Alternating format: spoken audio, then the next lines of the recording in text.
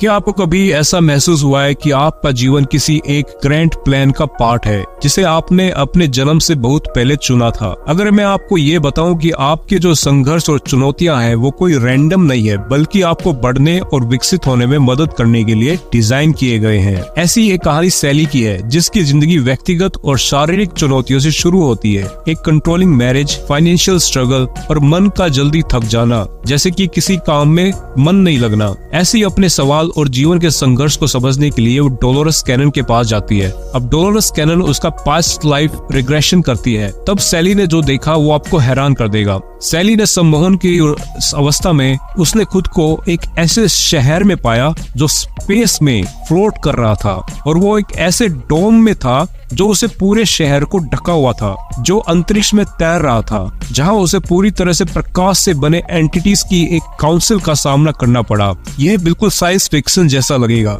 लेकिन ऐसा होता है। अगर आपने श्री कृष्ण जी की नगरी के बारे में सुना है जो द्वारिका होती थी, वो हवा में तैरता था, एक पूरा नगर था। अब ये नगर किसी एंटी ग्रेविटी टेक्नोलॉजी का इस्तेमाल तो जरूर करते होंगे। इन लाइट बीइंग्स ने सैली को बताया कि उसका जीवन दूसरों की तरह इस काउंसिल द्वारा पूर्व निर्धारित किया गया था। यानी सैली का जीवन प्री प्लान्ड था। उसके जीवन में जो भी संघर्ष था वो प्री प्लान्ड था। सैली को पता चला कि उसके एक इम्पोर्टेंट एक्सपेरिमेंट के लिए पृथ्वी पर पहली बार जन्म लेना था। यानी वो किसी कर्म बंधन से नहीं बंधी हुई थी। और मैं आपको बता दूं, जितने भी वीडियोस मैंने 3 वेव्स ऑफ वॉलंटियर्स की किताब पर बनाए हैं, वो सब बताते हैं कि ये सब ऑफ वर्ल्ड एंटिटीज यानी उच्च स्तर की आत्माएं पृथ्वी पर पहली बार जन्म ले रहे हैं। उनका एक खास मकसद है, यानी कि पृथ्वी पर जन्म ले लेना।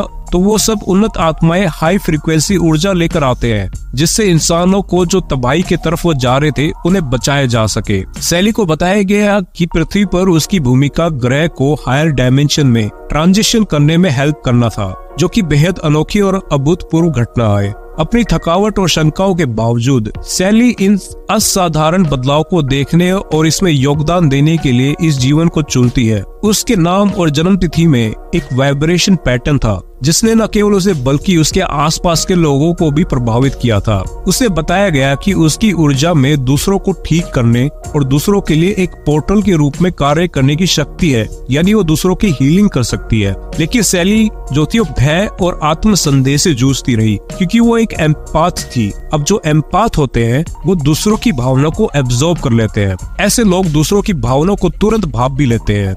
ये सभी नेगेटिव फीलिंग्स जो वो सैली महसूस कर रही थी वो दूसरों से एब्जॉर्ब किया हुआ था, जिससे उसकी लाइफ में मुश्किलें बढ़ती जा रही थी, क्योंकि वो एक बाउंड्री नहीं बना पा रही थी। अगर वो बाउंड्री बनाती तो वो फीलिंग्स वो एब्जॉर्ब ना करती। इसलिए उसे हीलिंग की खास जरूरत थी, ताकि वो इन नेगेटिव पैटर्न्स को ब्रेक कर सके, यानी वो जेनरेशनल जो ट्रॉमा उसके पर लाइफ में था उसको ब्रेक कर सके। अब सैली के पास 3 साल का टाइम बच गया था। उसे बताया गया कि तुम्हारे पास 3 साल का टाइम है, अगर उसमें तुमने अपने ऊपर काम करना है, हीलिंग करना जरूरी है। अगर वो ऐसा नहीं करती तो वो अपने मिशन में कामयाब नहीं हो सकती, और ऐसा करती है तो अपने मिशन के बाद वो अपने ओवर सोल से रीयूनाइट हो सकती है। यानी जो उसका सोल है, ओरिजिनल सोल है, और जो सैली है, सैली केवल थोड़ा सा छोटा सा फ्रेगमेंट है उस सोल का, क्योंकि हम सब अपनी आत्मा के फ्रेगमेंट है। हम पूरी आत्मा नहीं है, हम आत्मा के केवल फ्रेगमेंट है, कुछ हिस्सा है। तो सैली के जीवन से ये पता चलता है कि सबका जो हम सब इस पृथ्वी पर है, हमारा भी मिशन है